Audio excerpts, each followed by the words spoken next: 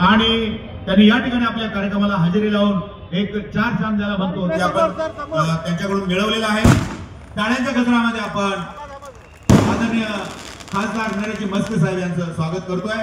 Republican सेनेच्या वतीने हार्दिक हार्दिक स्वागत। मी या ठिकाणी आदरणीय खासदार साहेबांना विनंती करतो की राजा छत्रपती शिवाजी महाराज, भारतीय राज्यघटनेचे शिल्पकार, भारतरत्न परमपूज्य डॉक्टर बाबासाहेब आंबेडकर यांच्या पवित्र स्मृतीस वंदन करून रिपब्लिकन सेना 11वा वर्धापन दिन सोहळा, रिपब्लिकन सेनेचे सरसेनापती सन्माननीय आनंदरावजी आंबेडकर साहेब या ठिकाणी थोड्याच वेळात येणार आहेत।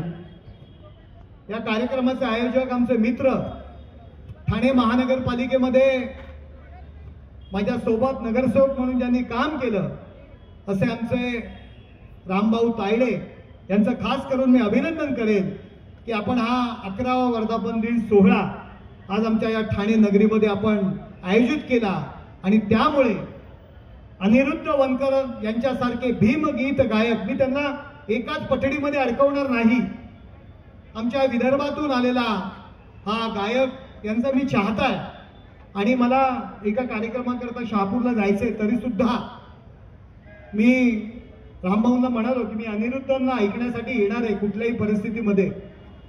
अशा गायकाचं ठाणे नगरीमध्ये आगमन झालेलं आहे, त्यांचं सुद्धा मी या ठिकाणी स्वागत करतो।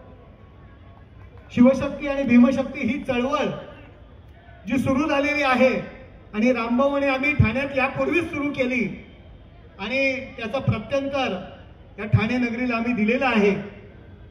रामभाऊ आठवले गटांचे त्यावेळी जिल्हाध्यक्ष होते, त्याच वेळी आम्ही इंदीचे गट, आठवले गट एकत्र करून या ठाणे महानगरपालिकेमध्ये शिवशक्ती आणि भीमशक्तीचा भगवा आणि निळा झेंडा आम्ही या ठाणे महानगरपालिकेत आम्ही फडकवला होता। आणि फक्त ही चळवळ पाठिंबा घेण्यापुरती नव्हती तर सत्तेत वाटाही दिला होता। तेच उदाहरण कल्याणमध्ये सुद्धा आम्ही केलं होतं एकनाथ शिंदे साहेबांच्या नेतृत्वाखाली। अनिरुद्धजी, मागील अधिवेशनामध्ये तुम्ही ऐकलं असेल की माझं भाषण खूप व्हायरल झालं होतं।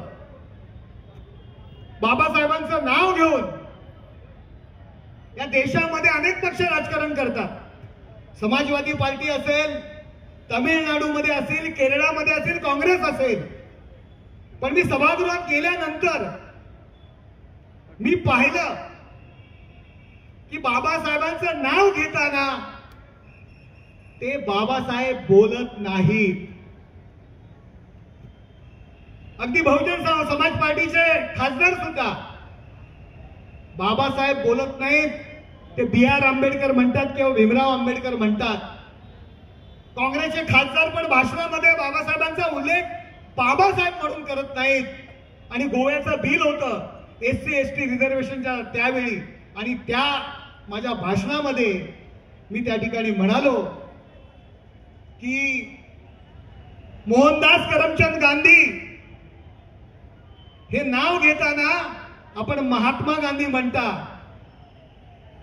जवाहरलाल नेहरू यांचं नाव घेताना पंडित जवाहरलाल नेहरू म्हणता, मग बाबासाहेबांचा उल्लेख करताना बाबासाहेब का बोलत नाही? BR आंबेडकर का म्हणता? भीमराव आंबेडकर का म्हणता? त्यांच्या नावाचं फक्त आपण राजकारण करता। आणि तुम्हाला मी अभिमानाने सांगेन, त्यानंतर ज्या ज्या वेळी आंबेडकरांचा उल्लेख त्या सभागृहात होतो त्यावेळी प्रत्येक खासदार त्यावेळी बाबासाहेब आंबेडकर असं म्हणतो।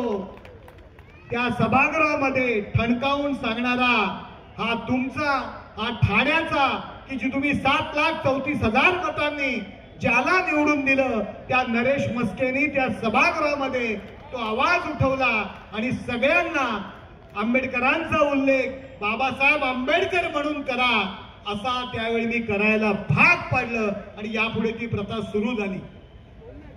केवळ शिवशक्ती आणि भीमशक्ती एकत्र आली पाहिजे असं बोलून चालणार नाही.